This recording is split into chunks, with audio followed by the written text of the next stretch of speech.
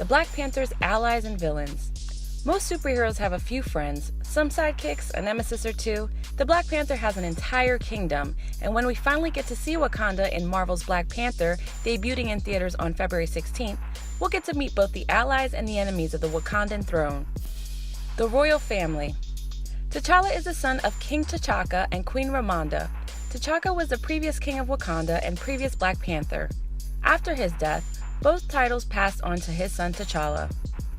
In the comics, Queen Ramonda is actually T'Challa's stepmother and T'Chaka's second wife. It's not actually confirmed if the Marvel Cinematic Universe will address this specific part of her backstory at all, but it's clear that Ramonda is very much revered as the Queen Mother of Wakanda. Princess Shuri is the youngest member of the royal family, but she's not T'Challa's little sister. She has taken on the mantle of Black Panther before in the comics and also ruled Wakanda at times when her brother was unable to. During an interview, Chadwick Boseman described Shuri as the Tony Stark of Wakanda, noting that while T'Challa is very intelligent, Shuri is a technological whiz kid. As we've seen in several of the film's clips and trailers, Shuri is not above suiting up and entering the fray. Allies.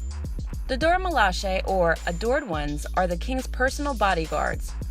According to ancient Wakandan tradition, each member of the Dora Milaje were recruited from every Wakandan tribe, not just as protectors of the king, but as wives in training. However, the Dora Milaje's role as a pool of potential matches for the king seems to have become purely ceremonial in modern times. Denai Guerrera, who plays Okoye, the head of the Dora Milaje in the upcoming film, describes the Dora Milaje as women who have pledged their lives to the throne and to the security of the kingdom. Speaking of security, we now come to W'Kabi, T'Challa's best friend and second in command. In the film, W'Kabi will serve as the head of security for the border tribe, Wakanda's first line of defense. In the comics, Zuri was a loyal friend to T'Chaka, the former king and Black Panther. Now in his older age, and in this movie's iteration, Zuri will be portrayed as the keeper of the heart-shaped herb, the plant which Black Panther consumes in order to gain enhanced abilities. Director Ryan Coogler describes the character as the Black Panther's version of Obi-Wan Kenobi. Rounding out this list of allies is Everett K. Ross, who was originally conceived as an audience surrogate character. In the MCU, Ross is a member of the CIA and former liaison of its Joint Counterterrorism Task Force. From the trailers, it looks like Ross will still be the audience surrogate, asking all the questions MCU newcomers will need to understand Wakanda and its culture and history. Villains.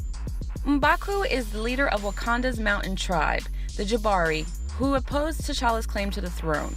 M'Baku was originally known in the comics as Man-Ape, but the filmmakers have decided to sidestep that name altogether since, according to executive producer Nate Moore, having a black character dress up as an ape, I think there's a lot of racial implications that don't sit well if done wrong. However, since the character is the leader of a group who worships the gorilla gods, his design takes a lot of inspiration from gorillas, including fur scents and a gorilla-like chest plate. Ulysses Klaue is an arms dealer and smuggler.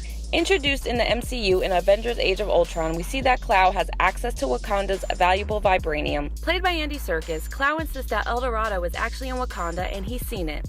It's possible that he's referring to the last Infinity Stone that is still to be introduced in the MCU, which many internet theories claim is located in Wakanda, but we'll have to wait and see about that.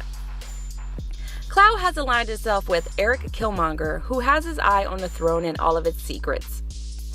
A Wakandan exile, Killmonger became an American Black Ops soldier who is also an expert martial artist. From the trailers, we see that Killmonger is one of the champions of the rival tribes T'Challa has to battle during his trials for the right to the Black Panther mantle and the heart-shaped herb.